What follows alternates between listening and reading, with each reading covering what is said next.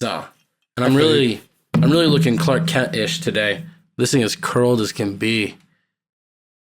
Is that how you see yourself? Is it like Clark Kent? No, but this swirl. The swirl. I'm Clark Kent. This much Clark Kent right here. Did anybody else see that thing with Big T and Emmanuel? Yes. I only seen the first part. I didn't see anything. Fill me in. So apparently Big T got at Emmanuel because he was just like, oh, you don't belong here. And she was just like, oh, you don't make that choice. That's production's choice. You know, you was nice in the house, you fake. And they were going back and forth. I'm not going to lie. It's hard to think of anything less interesting than a fight between Big T and Emmanuel. Apparently, Emmanuel was claiming that because Big T threatened to go home, that she didn't deserve to be there. People but then I go guess home all the time. Then I agree. Apparently, there were more people than just her that actually packed their bags but didn't end up leaving, and he didn't say anything about them. Sure, Nani used to do it all the time. Right? Ashley has started to do it and have actually done it plenty of time. One guy went home because he missed his girlfriend. People starting to leave. Brandon, that little bitch. It's a highly stressful situation. So I get it. I miss my girlfriend. Leave. We used to hold hands and watch Netflix every day, and we've been dating for 3 weeks, and like I haven't had Chinese food with her, and I need to go home. Yeah, it was the worst. If you don't marry that girl and have 100 kids with her, it's going to be a failure. Recording's done. Oh, these are the things that excite you. Well, because now I feel like my internet will pick up and I don't got to worry about nothing. No, but I told you, man, you got to hardwire everything in. But go on, you were saying. So here's the thing. Maybe it's not fair that he wasn't saying it to everybody, but he was saying it to somebody that competitively doesn't belong and also doesn't emotionally and mentally want to be there. So These therefore, she's supposed to be reality stars. A lot of them are, their whole shtick is that they don't belong. They have shows for that, though. They have reality shows for non-competitors. They have those shows. This was literally a show about the regular person doing crazy, stupid shit that's all of a sudden become super, super competitive, which is understandable. But Big T plays to what the old setup is, which is people with big personalities. No, but those people did it to have a vacation. They were looking to get away, to have fun. They never, people back then quitting was very rare. And if they quit, you went, yeah, they should never come back. Like Joe from the Gauntlet 2. Yeah, bye. Why were you even here? Oh, damn. That's super throwback. But you know, but every once in a while we get hit with something that makes sense. Abram going home because he runs a business that seems to be imploding on itself. But he didn't quit. Reason. He didn't quit, though. He said, I'd like you guys to vote me out instead of Johnny so I can go fix my real life shit. I guarantee if they would have kept Abram, he would have been like, all right, next phone call, I got to call him and they're going to fix it. I guarantee he would have done that. He would have just went into every elimination until they voted him out, but he never would have quit. The big difference. There is a big difference. Sometimes I hate it when you're right. But speaking of being right, we have really good. Oh, sorry. No, not yet. We got I'm being disrespectful to Big T. Somebody who listens to us on YouTube, and they commented something about 2 weeks ago. And then when I addressed everything at the top of Thanksgiving, that's kind of who I was addressing, only not really directly. We posted up the last episode where I addressed it. They commented again. And they commented back. I don't want to hack up her name. Sonia Kenny. She goes, obnoxious wrong takes. I said it. I can have an opinion because you're all on YouTube. And I want to address that. Big facts. He's 100% right. We're all on YouTube. This whole podcast. We got God there. That's the truth. I was just like, oh, what? Actually, she's right. Yeah. Can we do the same with this whole we have a whole podcast based on watching people on the show and talking shit about them. So, touche, Sonia, touche. I know when my number has been punched. But like the winner of this season's contest is. But you know what, though? I love that. You can disagree with us. You can say what you want to say. And that is totally fine. Very good sport. I respect it. Much love. Thank you for listening. Anything else we need to address before we get into it? I know some other stuff happened during the week. An old video of Paulie talking shit about the OGs resurfaced. Oh, yeah. And that stirred some shit up. What's your guys' take on it? First off, listen, I always like Paulie. I didn't even watch it, to be honest. Paulie is out of his fucking mind. He's not wrong. Love that so much. He's not wrong. He wasn't wrong. He wasn't wrong. But it's one of those things where you know, is a great message, but since some people hate the messenger, they'll totally disregard it. I don't think he's 100% wrong. I think the challenge could really use a Paulie right about now. That's no different than if like Johnny Bananas was like, fuck all these young kids that think they're got the biggest dicks and they're the hottest chicks. That's not any different. Like he just said old and fat is all he said. Like overweight. He didn't say fat. He said overweight. And he's not 100% wrong. But also that's kind of the allure of OGs. You know, some of these people, they have gotten older. They're not as strong as they used to be. And that's kind of the magic of it. And it's been great. And I really cannot wait to talk about episodes 2 and 3. Sorry. No, go ahead. It looked like you had a thought. Like when you like professional sports, you have to realize that eventually those you idolize will be too old to do the sport and they're going to get outshined by younger people. And except for Tom Brady. Tom Brady is a freak. That's not normal. That's different. That's not normal. His downslide is him throwing 2 extra picks a year. Like, get the fuck out of here. I mean, I've always there is an outlier to the rule. Yeah, exactly. That guy will play till he's 60, and he'll probably still be good. I mean, you look at guys like Ben Roethlisberger or Cam Newton now, and it's like, yo, it's a wrap. It's a wrap. Hang it up. But when season 50 comes out of the challenge, somebody's gonna be like, this Paulie guy thinks that you hang with us. Are you kidding me? They're gonna say that because that's what happens. People get older, they get less in shape, unless like you're Darrell, and then they just, except for to be fair, Darrell kind of did get a little out of shape. Like his endurance and speed wasn't there. Yeah, it dropped. Remember on Double Agents? I mean, he did great in All-Star by Corey. Yeah, he did, and that was just the younger, stronger Mustang. Yeah. Do you mean Dirty 30? Nope, I'm talking about Double Agents when they had that rope through looper elimination and Corey was so fast, it just yanked Darrell back like he was an old man getting pulled by a horse. And it wasn't even so much that Darrell lost. It was by like how much he lost. And you tell he lost a step. I mean, he used to be the main guy. But if you go back like 15 years, I could totally see Darrell doing that to like Cyrus. Just age hits you. It happens. Yeah, that just it happens. Corey also tanked him during Dirty 30 during that purge. He outran him too. So yeah. Corey's a way better athlete than people give credit to at all. Ooh, there was something that happened on Facebook. Got really excited. I know. Well, normally, no offense to anybody that's like a Facebook person and like you listen to us, but I truly believe most people that post stuff on challenge posts, it's kind of like redundant and I don't really care for what they have to say just because it's like, it's always the same thing. It's like, I hate blah, blah, blah. It's like the same thing. But somebody actually posted one of those like, those money things. And it's like, hey, you get to pick your team. Oh yeah. I seen those.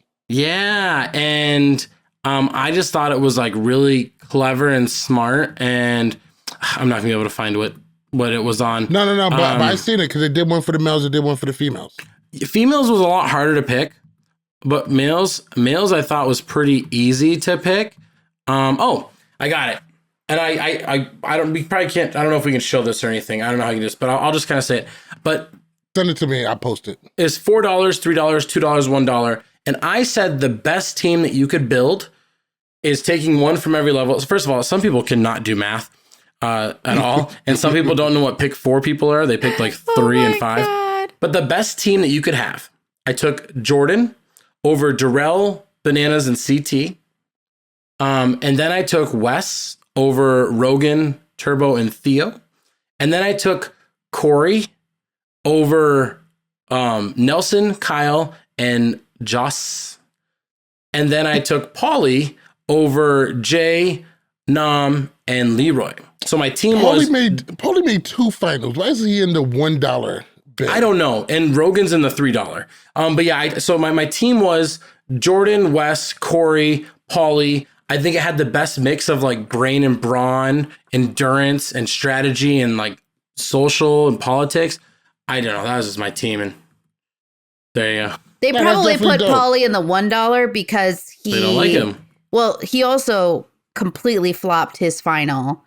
Not completely, because he did flop physically, but he bounced back mentally and helped get that puzzle solved. Like, people are so quick to forget. People are so quick to point out, oh, you flopped, but forgot that during that first leg, he was a major part of why they were where they were at, and he picked it back up right afterwards. So they're always going to remember the worst part. You know, Kenny did so much. I mean, I'm sorry, West did so much that season in Rivals, and people will only talk about how Kenny carried him for 30 seconds. It wasn't even that. I heard an interview. It was like he carried him for like 15 steps.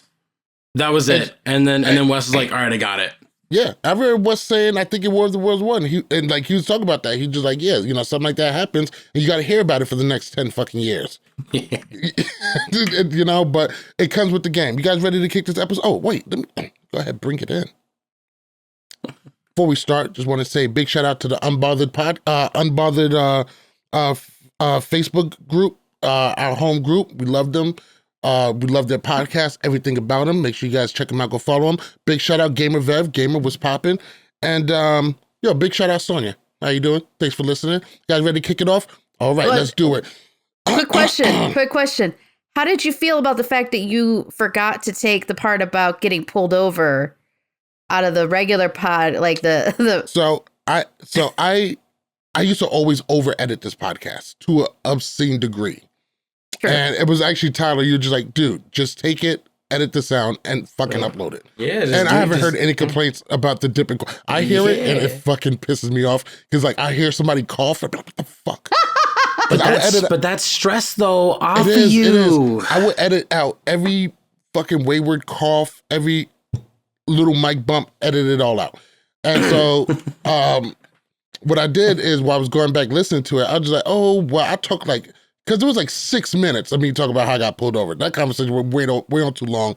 They were talking about guns and stuff, and I'm just like, oh, you know what? Let's just cut it out.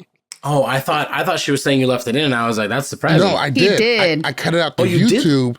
Oh. But what I did is I cut it out from the YouTube. I left it in audio. And then somebody's like, hey, so actually a ratchet is a revolver, which isn't true. A ratchet is any gun.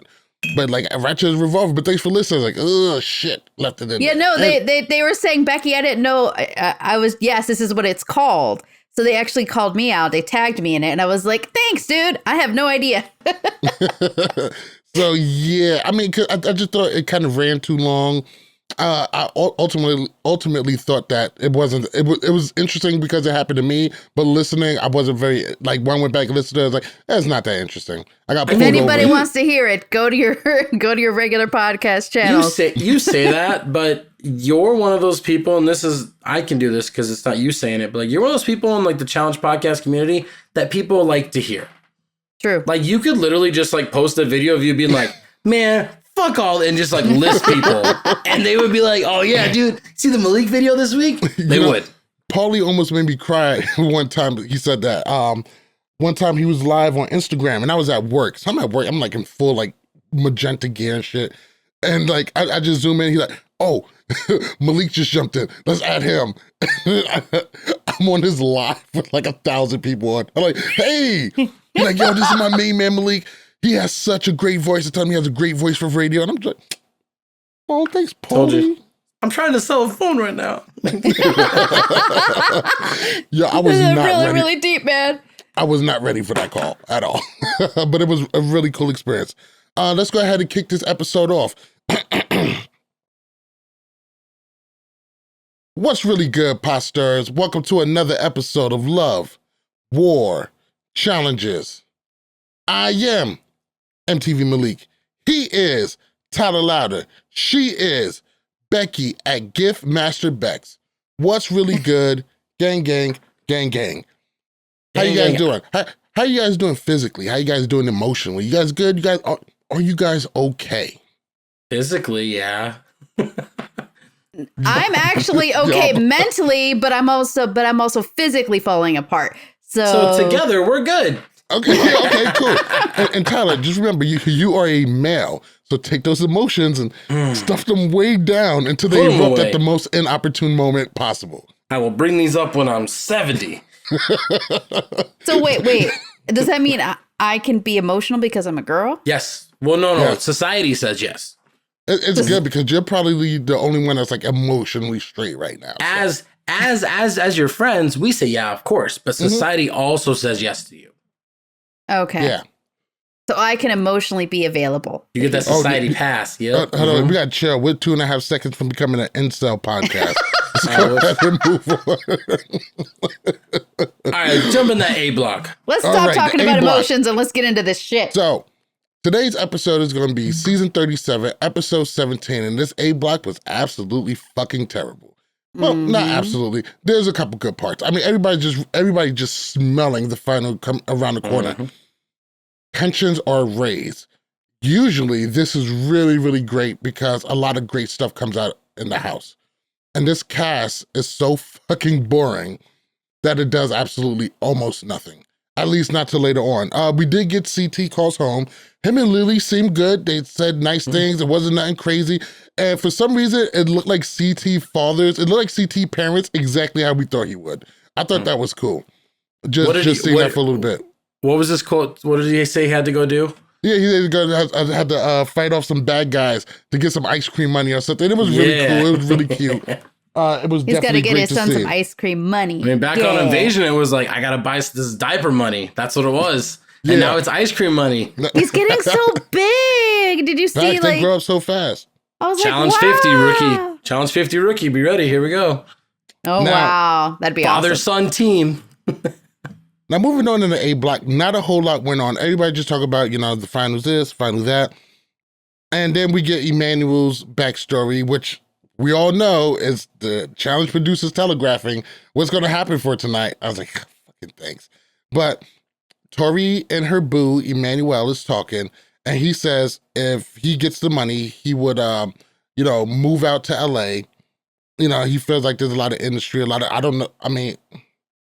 I mean, he did Survivor, but I'm not sure if he has any other. He's a dancer. Oh, he's a dancer. Okay, cool. Yeah. Actually, that would be great for him. He's a choreographer. Yep. Even better, him and Casper could get to bring back Casper. Bring back Casper. I was just about to say, Casper would be great for right now. Casper and what's the name of the other girl? Louise. God, I fucking miss them. They were so great. I'm going to go back and watch All Stars. You can't tell me they can't afford them. I know they said they can't. You can't tell me they can't afford them. With the fact that they brought in Bear and Bear was making his money, they can pay them. Bear was a major get though, because across the pond, Bear is that dude. Bear's almost Casper, a Kardashian. Doesn't Casper still get like J-Lo money? So it's just like he's like working for free. I don't know getting about that. J-Lo money. And listen, we're not talking anything bad about J-Lo. J-Lo is back J-Lo is back with the greatest actor of all time, the greatest actor in the history of acting, the greatest man in the history of men. Wait, what? I didn't know. Bennifer 2.0. Oh, that's a weird way to say. That's a weird way to say Leonardo DiCaprio, but we can go on. No. Not even close. No. Not even close. Leonardo DiCaprio didn't get a Oscar for writing. Hey, this week's hit list does not include Ben Affleck, but it includes Leonardo DiCaprio. So that's just something right there. Let me be clear. No disrespect to Leo. Leo is amazing for all of the reasons why you think he's amazing, but he's no Ben Affleck. Can I make a Leo bold claim? couldn't pull off a Will Hunting. Ben Affleck is to serious movies what Vince Vaughn is to comedies. Bland and the same thing over and over. Nothing interesting. You lie. I do like some hunting, and I really do like reindeer games. It's pretty fun, and Jersey Girl. That's okay. What's that one that was a book? It's about that girl. Gone Gone Girl. It's pretty good. It's pretty amazing. Good. But he wasn't acting in that. He was just Ben Affleck. Oh, sorry. She's getting bored. Yeah, let's move on. Are we done? Can we talk about the challenge now? Okay, I want to make one claim about the A block. I'm going to say this. This is a very bold claim. There's very few seasons out there that make the final episode pre-challenges and eliminations actually entertaining when they're this close to the final. Most of the time, we're doing a location change, and everybody's like, yay, we're out. Oh, my God, the location change is the thing that generates a whole lot of... Exactly. And there's a lot of filler and stuff. But it's always like, there's 10 of us here. And stuff, that's going to be a lot harder to pull off. Yeah, but most seasons, it's like, there's 10 of us here ready for a final. Why is the 10th person sad and the rest of us are having fun? That's all it is every time. Hey, hold on a second. Rivals 3 location change. That's what I was gonna say. This is the only one. But that one got fucking spicy. Yeah, dude, it's freaking. Yeah. Can't do that. No, can't touch it. Leave the joystick alone. There's one more problem. You know what I was doing. Oh yeah, sign language. I can't. You guys. One big problem I have with the A block, and I don't know, maybe I'm nitpicking. I don't hate Tori as much as everybody else hates Tori. Do I find her annoying? Yes. But I think she carved out her own little lane, her own little space in the challenge, which is fine. But she said something, and Nani has said something to this effect before, and it pissed me off then too. And that was I feel like I'm ready to be a champion, or I feel like I deserve to be a champion. And that didn't sit right with me. As soon as I heard that, I was like, shut the fuck up. When you're ready to be a champion, you will run across that finish line first. That's when you're ready. This whole I'm ready or I deserve it, I don't know, it kind of just rubbed me the wrong way. Am I alone in feeling that way, or did this like piss you guys off? Tyler, what the fuck are you looking at? What are you looking at? Don't worry about it. Just do your thing. I'm listening to you. Okay, well, I'm kind of done. Did this strike any... I'm just kidding. Because he's over there.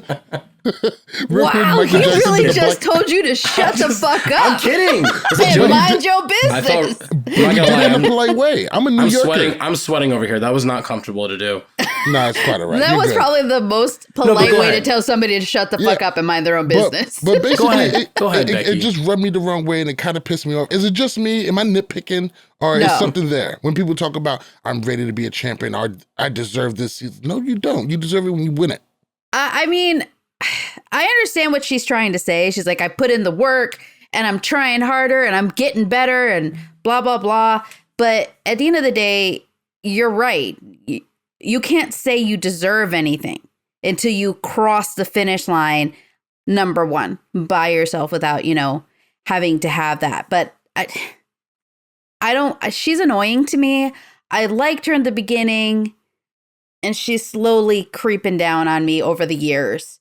So I want her to be the goofy regular Tori again. And it's just. Isn't goofy regular Tori the one that people hate the most? I mean, it kind of depends on how goofy. It's so fucked up when people are like, I hate you just for your general personality. I don't hate Tori that much, but. Did you mess up? You said, did you not say, I thought you said Tori and then you said Nani. No. Did I just hear words? No, but Nani has said stuff to that effect before. Nani said it. Anissa said it. Anissa said it, so yeah. Do you know who Nani is? Do you know who Nani is? Oh, God. Oh, tell us. She's a modern day Veronica. Veronica won 3. Well, yeah, but if Nani played on full team seasons, she probably would have a championship because of her alliance that she is. Like, if she was on like a gauntlet type season, they probably would never send her in because they like her. She's been on team seasons. Had she not tanked that puzzle, Battle of the Seasons, she would have won War of the Worlds. Would have been a winner in War of the Worlds 2. War of the Worlds 2, she lost in the final elimination. And then on Battle of the Seasons, when she was on a team, Alton just wanted to go home, which is paired with an elimination. And then outside of that, she's just been, she's partnered with her cousin. That's not good. She's partnered with Bananas. Oh, you're talking about Anissa. I'm like, who the hell are you talking about? Which was good. I liked her cousin. Her cousin was good on X on the Beach. Nicole, right? Yeah, great for drama. Oh, not a great challenge. Now I'm all confused about who y'all are talking about. And Nicole got 4th on one season. That was crazy. Stranger things have happened. That's true. She's stronger than she gives it. I think Nicole was really underestimated. Go ahead and move on to the daily. Today's daily is called, I think it was called Drop Dead. I don't remember. But basically, it's a run the gauntlet. You got to run across the ledge. The other team swing balls as heights over water. Pretty fucking dope. This daily had a lot of cool moments. One, you get CT just beasting. Ruby shits the bed. You got some wonderful falls that were just hilarious. And TJ, the challenge camera zoom in. Look, guys, it's fucking hilarious. Look at TJ laughing his ass off. What were some of you guys' favorite or least favorite moments from today's daily Drop Dead? I mean, for me, one of my favorite was definitely, one of my favorite moments was definitely Devin just bigging himself up, just like, I got a cannon for an arm, and I could throw it with such velocity that no one could get to it. Obviously, he's full of himself, but it's always kind of funny to hear that shit coming from him. But Devin did outperform everybody on his own team, getting 3 of those things back.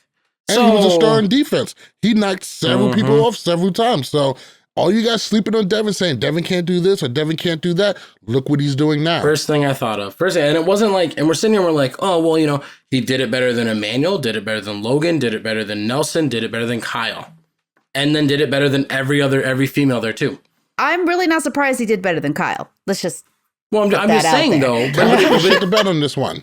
But like, if you look at all these challengers, competitive wise, what we all think about them, Kyle's been shitting the bed this entire season. Like, well, not the whole season, but he hasn't really been that strong lately. He's been causing problems on the team.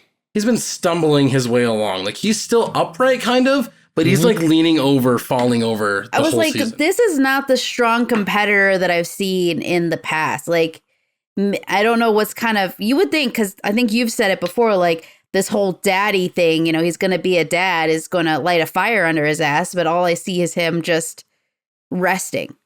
I think it'll light a fire under his ass if he comes back after having the kid, but pre-kid could be anxiety. He could just be really worried and just like mentally not in the game. It's gonna be a hard thing. Yeah, very much so.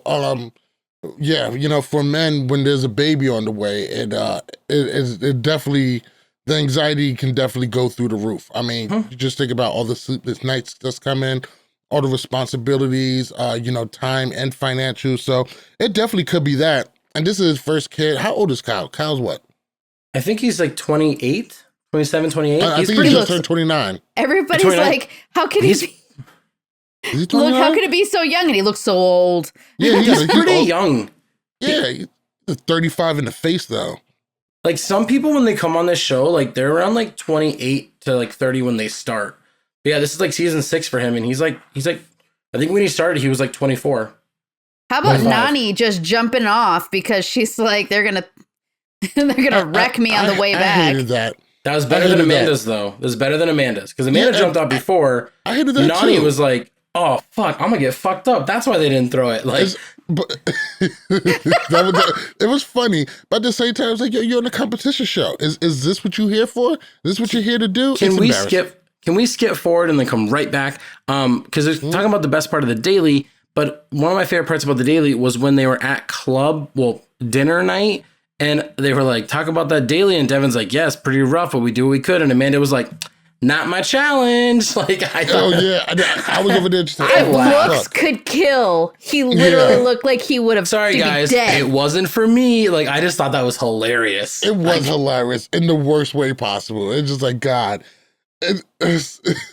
how do people not view that as her being a terrible person? Well, speak of which, Josh Martinez on Johnny Bananas podcast said that Amanda just goes around trying to make good TV, and she even says it. Like, come on, guys, let's go. Let's get these ratings up. This is a TV show. Stop being so fucking boring. Like, she says these things, Josh says. Because this season's been horribly boring. This season has been horribly boring. It's really just her because she's by herself. What she needs is a full target that's able to take it. You know who that is? Cara fucking Maria. Cara Maria would send that shit back. She could also take it.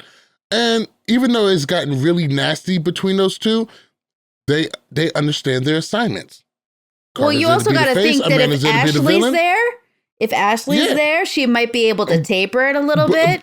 But when you throw that all into the mix, it really works out. And in reality, say what you want about all of the failures of that first trilogy.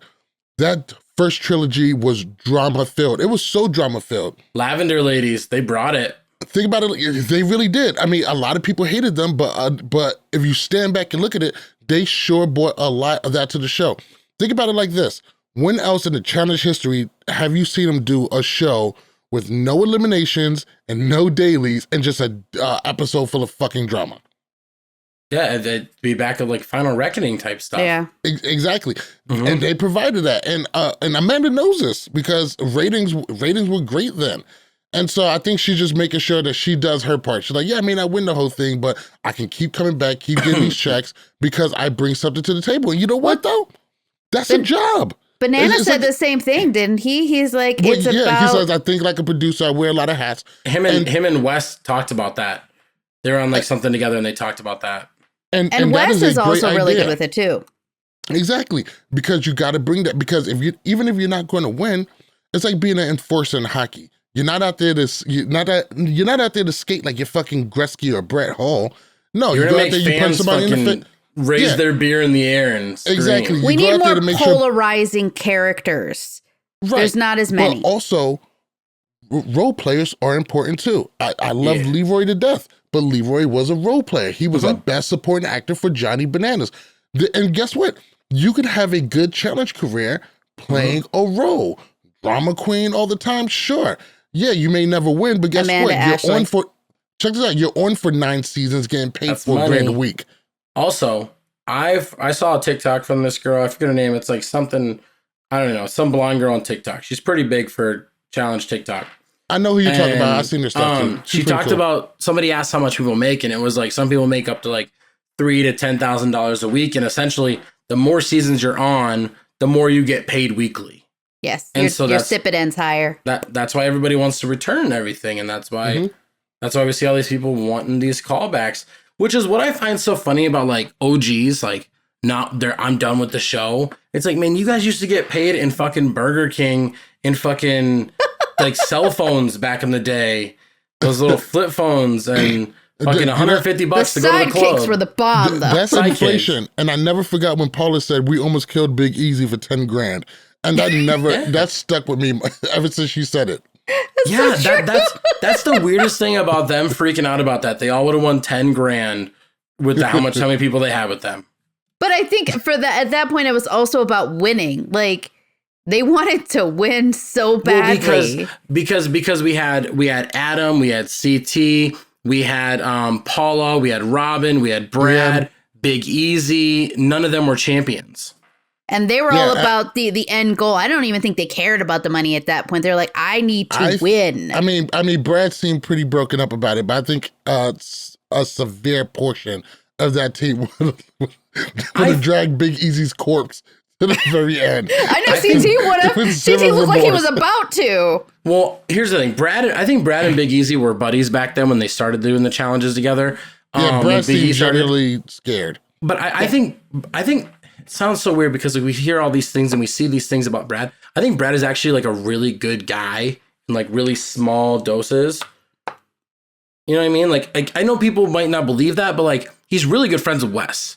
And like I don't feel like Wes associates himself with people that are just not good dudes. Does that sound weird? Like I'm not trying to be like he's my favorite, so I'm gonna say that. But like if you look at who like Wes hangs out with, it's like he's friends with like Nehemiah. He's friends with Brad. He's friends with Bananas. I feel like Brad is friends with almost everybody except for the newer group. Like I think he really blended well with the older. Brad doesn't really get along with Bananas though. He doesn't know. Yeah, not a lot of people. Bananas is polarizing. Let's just be honest. He gets on people's nerves. He's a jackass half the time, which is why people like him. So I kind of deterred from the daily, but we come on back from the daily. Okay. No, it's totally okay because this episode's a little thin. Anyway. You're good. But Sapphire and Emerald end up tying with 7.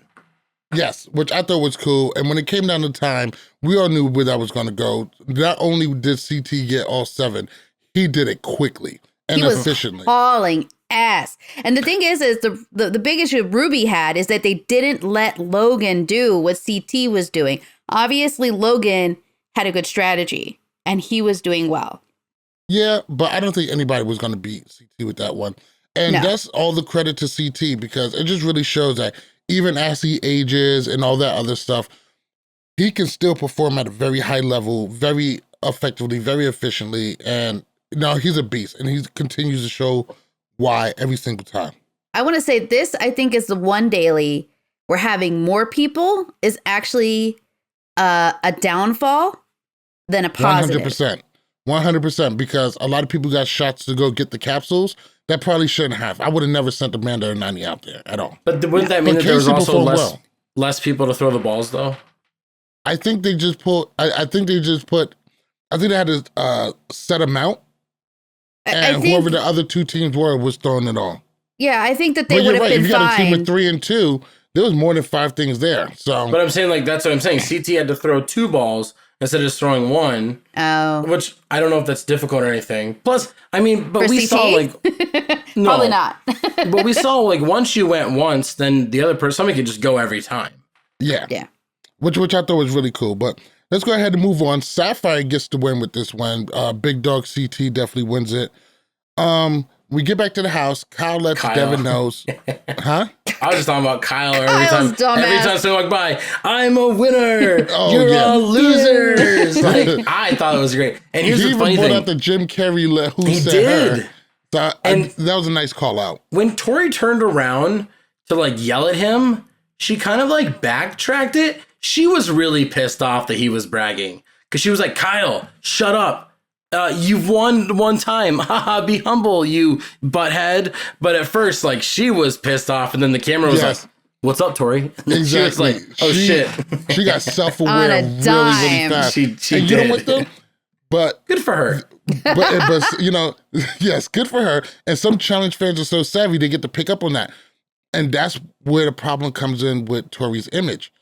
It makes her look unauthentic, which is the biggest... I mean, besides being annoying, she comes off as being severely inauthentic. Is it inauthentic or unauthentic? Not very authentic. Not, dude. So there's that. I thought that was funny coming from Kyle. Kyle going all out to save Devin, I thought was cool, and I thought was a proper payback. You know, just try to look out for him. But the fact of the matter is, there's only really so much he can do. Devin is definitely a better choice than Nelson in most eliminations. But I would have thought Emmanuel probably would have been the best choice, mainly because he's untested. Inauthentic. You were correct. It's inauthentic. I thought picking Emmanuel was the best choice because I thought there was a 0% chance he would pick Devin because they were all about Emerald Strong and they've been preaching it for so long that I thought Emmanuel still would have thought that and he would have called out Nelson. Which in this elimination, I think Emmanuel would have beat anybody. The fact is nobody spoke up for themselves.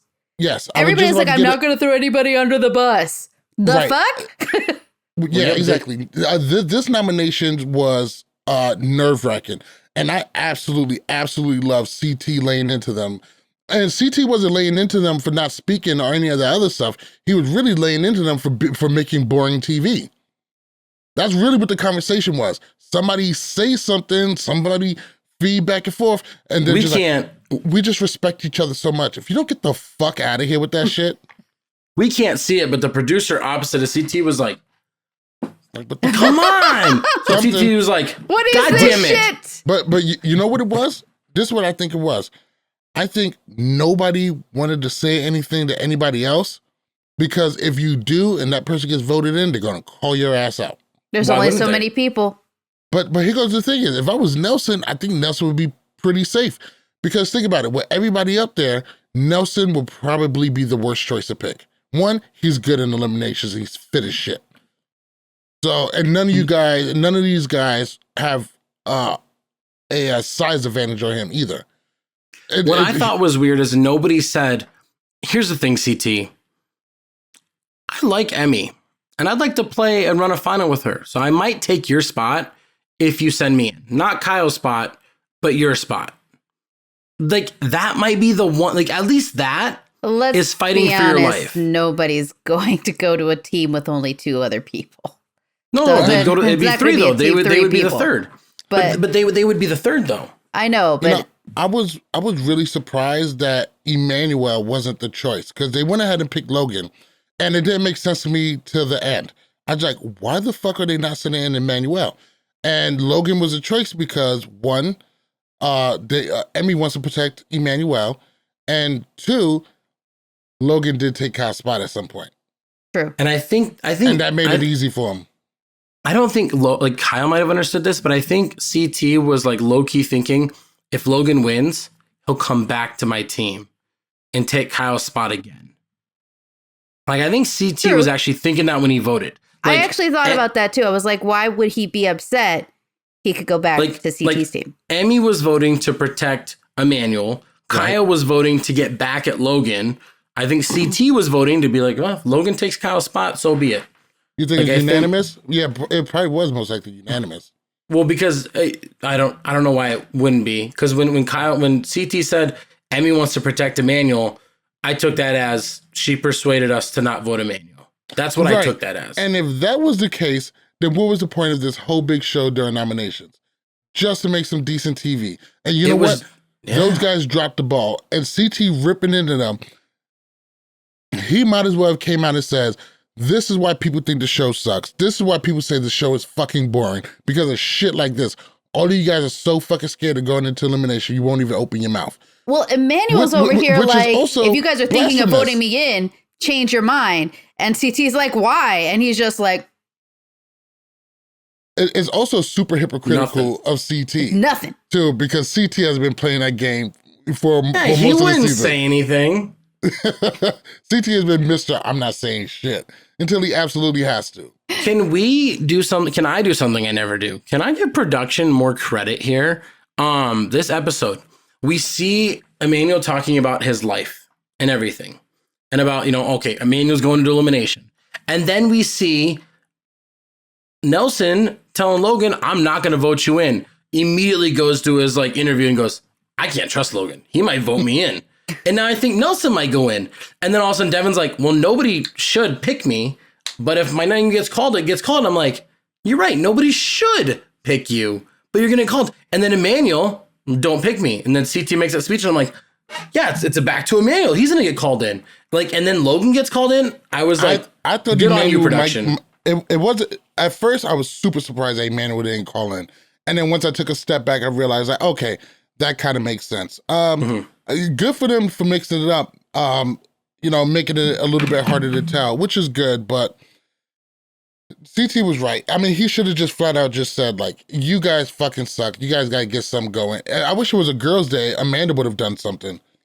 Sell your souls. That's what she was trying. I was going to say she was poking, trying to be like, come on, hello. Absolutely. She was being the producer. Let's go ahead and jump into this elimination. Today's elimination is going to be called Rocket Run. Logan comes down. He calls out Emmanuel. Huh? Good name. Good name. Most of these aren't really good names. This is a good name. He calls out Emmanuel. Now, at this time, none of us knows what this is, but as soon as we hear what it is, we know how this is going to shake down. You got 15 seconds. You got to run, jump over the rocket, hit a button, come back, hit a switch. Simple enough. And as soon as I seen that, I was just like, this is going to be fucking brutal. They're going back and forth. Emmanuel definitely has the speed. He has the conditioning. Logan's no slouch himself, but Logan also got a little bit more mass, and he's just not as quick. Emmanuel gets the win. Because Logan trips. Hold on, we're going to get to that. Sorry. So they're going back and forth, and I'm just like, 15 seconds is way too much time. They're just getting them tired. I'm like, TJ's going to come through and cut the time in half. Watch. He doesn't cut it in half. He cut about 5 seconds. And I'm not going to lie, I was so happy that I was right, but I was just in bed, with Mo, and there's just no, there's no one here for me to say this to. Should have said on fucking Twitter. But anyway, cuts it down to 10 seconds, and I was just like, once again, I predicted this, but I never told anybody. I was just like, first person, I was like, one or two things are gonna happen. Either the first person who trips up or falls is gonna lose, or two, and I knew it was gonna be Emmanuel. I'm like, Logan is gonna get so tired, he's going to trip and call it a day. And I felt like the second happened. I'm gonna jump on the same thing. I was sitting here by myself, and I literally said, he's like 10 seconds. I was like, man, this isn't gonna be dramatic where they're racing to flip the switch. I was like, I bet Logan's just gonna trip. And then literally 30 seconds later, and I was like, trips. God damn it. Now, I know I'm not the only one who thinks this. He was tired and said, fuck this, I'm done, and tripped. The dramatic ass trip and the dramatic ass fall. I'm sorry. That was like, you're playing it look good. Oh, I was going to get it, but if I just didn't trip, it was a perfect excuse. It was a perfect out. I tripped. That's why he won. I mean, he was getting back. He was getting back at 2 seconds left. Once you trip, you can't get back up and continue your momentum. I think the whole laying flat there, that wasn't dramatic. I think when he fell, he was just he was just tired. He was tired, and he just goes, it's relief. Done. It was really, it's done. I don't think he was trying to sell the fall. I do think he tripped. But I do think once he tripped, he just let go. He didn't try and roll out of it or anything. Right. He was just like, there it is. It's done. It would have been better if he would have been crawling to for dramatic. No. I saw it completely different. The way he tripped, the way he fell, It was dramatics. I don't think he oversold it, but I do think he wanted the trip. Oh, yeah. He was done. He was mentally done. He was tired. And he didn't want to look like he was quitting. But really, it's what he did. They were on the same pace, though. It wasn't like Emmanuel was that much, like, was on like a faster pace than him when they went down to 10 seconds. No, it was like a couple seconds. So I honestly thought Emmanuel was going to tire himself out first. I thought so, too. Because he was busting. He was going off. But also, now everybody getting ready to run the final is going to have to keep an eye out for that because, like, holy shit, this guy can keep up and he can run. And a lot of times, all he has to do, if you can do that, all you have to do is not get caught up in the final. Don't get caught up on a puzzle. Don't get caught up on an eating challenge, and you'll do just fine. A lot of people win that way. Here's my problem with the challenge, letting people call other people out. They should get to know what the elimination is before they call people out. And I know some people are like, well, then you can't always... When there's a fucking hall brawl, they show them the hall brawl. They know it's hall brawl. So when there's a janky carnival endurance game, you should say, here's what's going to happen, Logan. You're going to have to run for probably like a good hour and try and outwork somebody. And don't tell them exactly. Just kind of say, this is an endurance elimination. Now pick who you want to go against. At least that. I knew it was endurance when I first saw it. I was like, there's got to be something going on. And I am surprised. I thought sledgehammers. Well, see, I was really surprised that he didn't call out Devin. Yeah. Devin would have been the best choice for this elimination. Exactly. But you don't know what it is. I think him and Devin had a deal. I think they had a deal because he said in his interview, once you go back on your word, it haunts you forever. And then I was sitting there and I was like, well, then he has to have a deal with Devin as well because him and Emmanuel are closer. Makes sense. And completely in the realm of possibility for him. And Devin's fucking, I know some people were a couple episodes ago were saying like things on like Twitter and everything, like, oh, why is everybody talking about Devin's running the fucking show. This whole alliance is Devin. Everybody getting safe or getting booted is Devin. Everything he has a lot of political currency and he's playing it close to the chest, just like he should. Devin is playing one of the best games he's ever played.